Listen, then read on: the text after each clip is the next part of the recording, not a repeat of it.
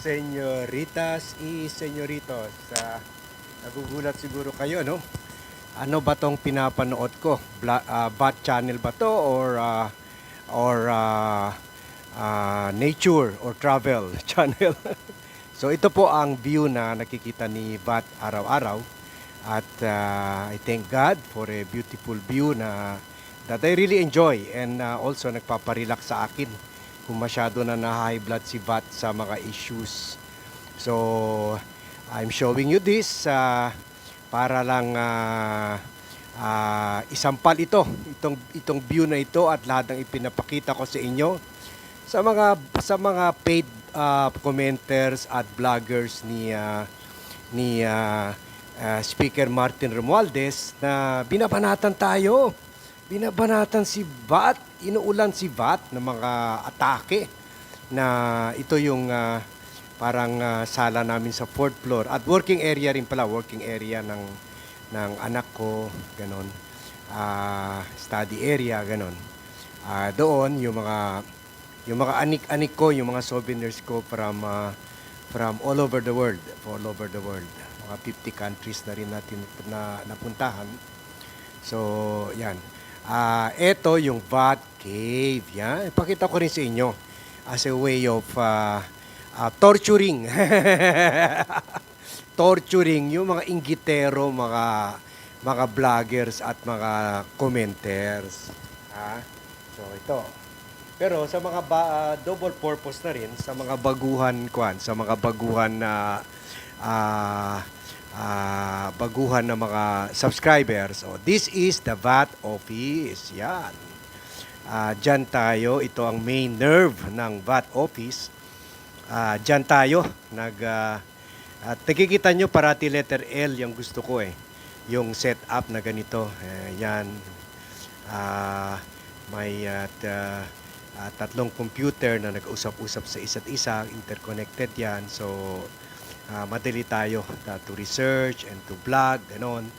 Ito naman yung mga lights ko na to illuminate me, ganon. So ito, curious kayo, ano ba talaga itsura ng office ni Bat, ha?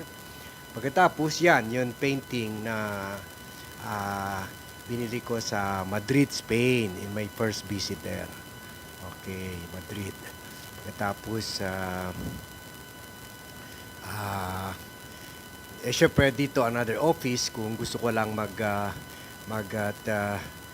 research and minsan nag-zoom meeting ako dyan. And then yun, this is the view of my second property dito na yan, parang mini forest yan. At marami mga puno dyan, fruit trees. Dito ang view ko sa labas, watching the sunset dyan. Yan. Katapos yan, ito ang favorite spot ko. Dito ako nagre-recharge na tutulog pag pagod na ako. Yan. Yan ang view. Yan, nakikita kong view. That is a view to die for. Ha? Mga inggitero, mga vloggers, mga commenters. Kasi nakakainis po. Gumising na lang ako ngayong umaga na lalo na sa Facebook page ni Bat. Ang dami. Magkanong bayad sa'yo? Yun lang reaction nila. Kaya obviously, mga Romualdez, mga boys and girls ito, magkanong bayad sa'yo? Desperado ka talaga post ng post. Siguro gusto mo talaga ng kumita. Yan rin sa mga inggitero, bili rin yan sa Madrid, Spain. Relax lang kayo. Manigas kayo sa inggit. Kasi kayo, puro nakaw ang pera nyo. So yan. Dito tayo nagba-vlog. And yun, ito nga, sagot sa mga doon sa, yun, ganun na ang argumento nila. Maganda kung i-debate nila ako about charter change and about yung i-deny nila na for selfish purposes lang ginagawa ng mga congressmen. Pero doon sila diretso, hindi, ikaw bayaran. Ikaw gusto lang kumita, kaya nagko-content. Patayin natin ilaw na, alis na tayo. Gusto mo lang mag-content para kumita. Sayang siguro yung mga corrupted na talaga yung mga espiritu nito, mga tao na ito. hindi ma-take yung pag-iisip nila or yung little-minded thinking nila na pwede ang tao mag-vlog and magpuna, mag-criticize, mag-analyze for love of country and for principles and for honesty and for integrity in governance, ha? And competence in governance kasi puro incompetent ang mga taga-gobyerno ngayon. O, sige, mababa na tayo mag-walking si Bat, magja-jogging si Bat and brisk walking. So yan, o kung curious kayo sa mga kwan natin, mga Amerikana natin, ito, puwera yan, meron pa ako, of course, meron pa ako cabinet sa bedroom. Yan, para sa vlogging lang yan. Tingnan nyo, halos puro mga Amerikana yan. Yan. Pati mga jackets. Para pang vlogging lang talaga. Yan, mga anak ko, nung maliit sila. At sino tong gwapong to? Sino to? Richard Gomez? Yan si Bat na sa height ng Playboy days natin. Pero tapos na yun. Vlogger na lang tayo ngayon. Vlogger! Yan. Yan si Mrs. Left side ko. Di ba? Ang ganda rin. Oh. She comes from the Sahi family of Shasi Sulu. She's a Tausug. Yan. Tatapang mo yan. Kung may mangyari sa akin, yung kamag-anak ni Mrs. Hahabol sa inyo. Straight from Shasi Sulu. Ingat kayo dyan. Kayo. Ito yung dito yung bedroom namin. Dito sa kaliwa, kaya lang magulo, kaya wag na. Ito yung high ceiling dito sa amin. Okay, high ceiling. Okay. Baba tayo. Di ba? Ang ganda ng view. Ang ganda ng view namin. Everywhere. Nature talaga. And syempre, Architect Jason Ko. Thank you for a beautiful rendering. Yan. Ito rin. Kaya lang, yung mga mahilig kami sa pusa at iniihian yung mga yung mga kwan namin. Kaya ganyan na lang. Habang walang bisita, may plastic yung sala namin. Habang walang bisita. Ganyan na. Mahilig kami sa pusa. So, yun. Okay. So, yan. Sa mga bago, ha? Yung mga dati na, yan. Pati ito, pagselosan pa, pag-intrigahan pa ako. Saan ang galing yung pera para sa aso na yan? Si Morty. Hello, Morty. Dito, working area rin ng mga anak ko. And then, yan ang kuha namin, yun ang dining table namin. Yan. Dito kami parati nagko-converge. Favorite spot. Yan ang kitchen. Si Jenny. Hello, Jenny. Yan ang very namin dependable. Wala kami siya dito. Ayan. Ipakita ko rin sa inyo yung little bit of the backyard. In the garden, ha? And the garden. Ang ganda rin ang view dito. Malaki itong lupa namin and we are very lucky na meron kaming big area to move on, to play on. Diyan si Mrs.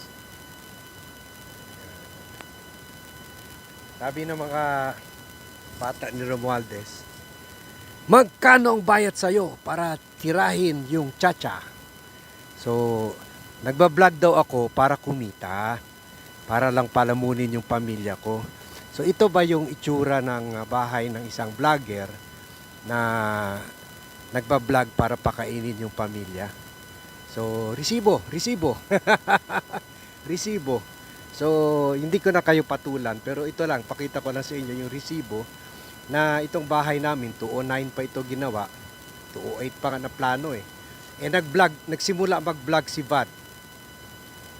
Nag-vlog si Vat ay 2020, nung the height of COVID kasi bored na tayo at timing rin 2019 nag-retire na tayo sa mga negosyo natin. Automotive, public relations, strategy business, and restaurant sa SM and other areas in Metro Manila. Sa Mabini, sa EDSA at saka sa Fairview na restaurant. Yun. So, yun lang ang okay na tayo. Okay na ako. Yun lang ang sagot ko doon sa mga sinasabi na hindi sanay, hindi maniwala na mayroon mga vlogger pala na tulad ni Vat ay malaking negosyante na bago pa nag-vlog. Kumbaga, we are not doing vlogging for the money. Kaya sabi ko sa inyo, mas abonante pa ako kasi may marami akong staff. Hindi ko naman kaya gawin ito lahat. Kung wala akong staff, titigil na lang ako. Titigil na lang ako sa kabablog. Kasi hindi ko kaya gawin yung guys, yung mag-research ka, mag-abang ka ng mga issues, bantayan mo kung fake news. Maraming trabaho rin yan.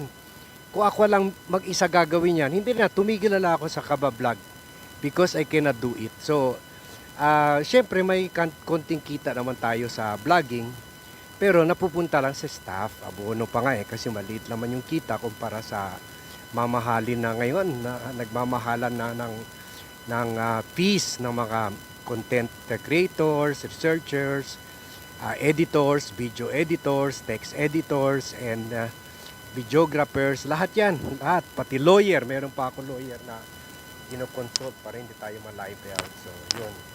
So, mahal yan lahat. So, tayo, ang vlogger na abono pa.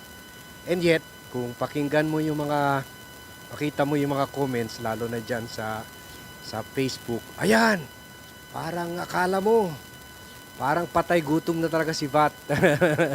Hindi na talaga, hindi na, kahit nakikita yung o siguro mga baguhan lang yan, mga troll lang yan, hindi makita, nakikita na nga, may negosyo tayo here and there, may negosyo tayo sa Quezon City, may building tayo sa Quezon City, may bago tayong building, commercial building sa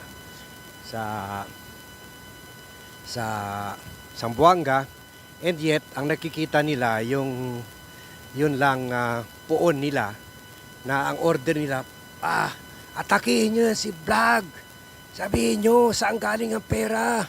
Nakakatuwa kasi nung binabanatan natin si Sarah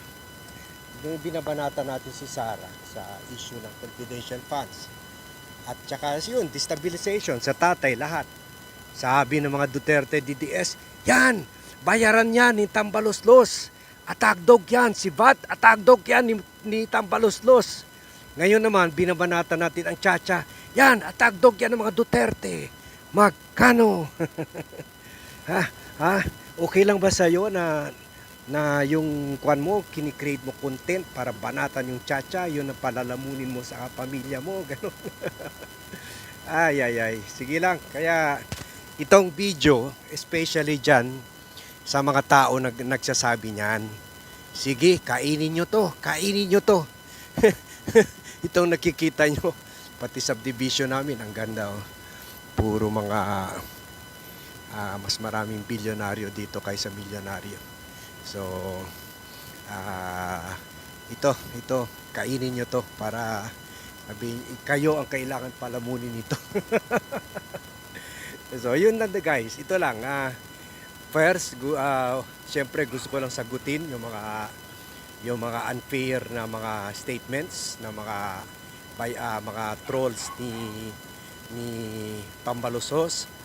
And another, sa mga bago, gusto ko lang rin, kung in case curious kayo, sa original VAT office. Kasi yung sa Zamboanga, lang natin yun. Parang temporary office lang yun. Isang kwarto lang doon. Kung saan ginagamit natin for vlogging. Pero ito talaga ang VAT office. Kaso lang, syempre, most of the time ngayon, siguro this year, doon tayo sa Zamboanga. Pero kung ako mas matanong, syempre, I love this place more. Kasi tulad ngayon, malamig na malamig. Ang ganda ng view. Dito kami sa taas ng bundok. At maraming gwardiya. Yun ang maganda. Safe na safe kami dito. So again, sa mga attackers ko, sa mga nagtatanong magkano nagbablog ka para kumita, para palumunin pamilya mo, etong vlog para sa inyo. So guys, thank you very much for watching. Don't forget to share this vlog. Lalo na yung mga narinig nyo na sinasabi, yan si Bat, bayaran, ganon-ganon. Isampal nyo ito sa kanila. And don't forget to tell your friends to subscribe to the Vlogcaster Armandin YouTube channel. Para labanan natin yan, mga bata hindi tambalos-los, mga trolls, mga bayaran, mga jukebox vloggers. So thank you very much for watching and see you in my next vlog.